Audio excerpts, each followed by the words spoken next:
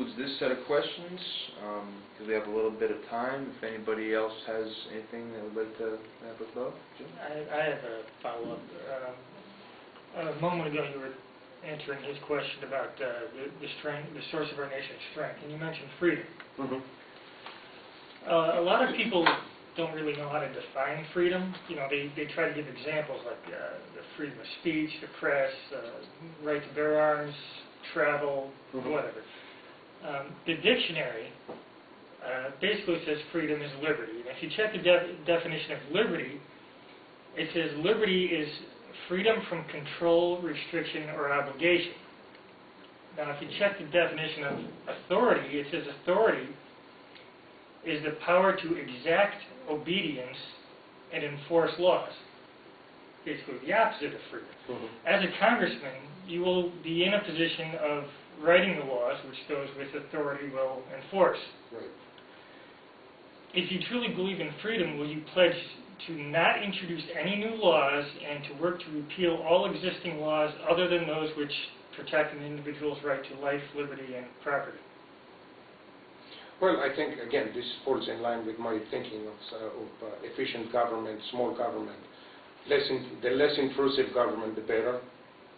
So I think that, again, as an adults, we are capable of making an adult's our way of life. I think we should. And the more we become entitled, the more we become dependent on the government, the less we are capable to make those decisions. There should be, as a legislator, I would be a large promoter of independence thinking, because this is also in the spirit of America, in the spirit of the United States. The ability to sit in front of you, respectfully maybe disagree on certain issues, finish the debate, maybe shake hands, and go back home and continue our lives. This is what is so great about freedom. First, when you, in addition to it, when you look on the philosophical question about freedom, it's never 100% freedom. No, there is no such a thing. We are always dependent on something. We're dependent on the oxygen that we breathe, for instance. So the freedom or the liberty is always very relative. But to make it as free as possible, this will be my goal, because I think that you're capable of making your own decision. I shouldn't make it for you. You know, nanny state is not what I'm fond of. What do you believe is the primary purpose of government? The one thing that, above all else, the government cannot fail at? The one thing that the government cannot fail in, or the one thing above all that government shouldn't be failing at? Either way. Either way. Okay. I think that the biggest role, or the most important role of a government is to protect its citizens from any threats that are coming from the outside and from the inside as well, as individuals, not as a group.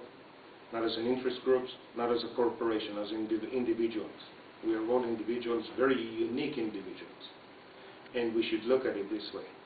And this is the role of the government, to do that.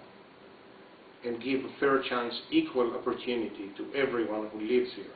That's also very, very important, because I hear a lot of liberals, or people who call themselves liberals. I don't think that they are liberals, because their way of thinking is such that you can't follow the definition of liberalism the way they think.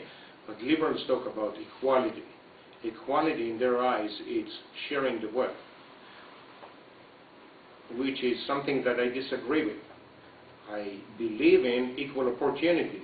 You and I and everybody else have the same opportunity. Look, I came here to America 21 years ago, in 1989, and I ran already for first selectman in my country, in my town. I ran for state senate, and I ran one time for U.S. Congress.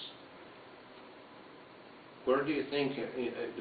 Show me another place in the world where something like that is possible. And this is because equal opportunity here is emphasized. So I think that this is very, very, very important also, to differentiate between equality, meaning you have too much, give me some, and give it to Paul. That is not, that is not what I see. But you and Paul have the same opportunity to excel in life in whatever you want to excel in, whichever. And again, because I consider each one of us as a unique individual, what your dream will be probably will not be mine, which is wonderful, because then my dream has more room, have more room to live my dream, and you have more room to live your dream, which is two different dreams, but or two different ambitions. So, anybody else?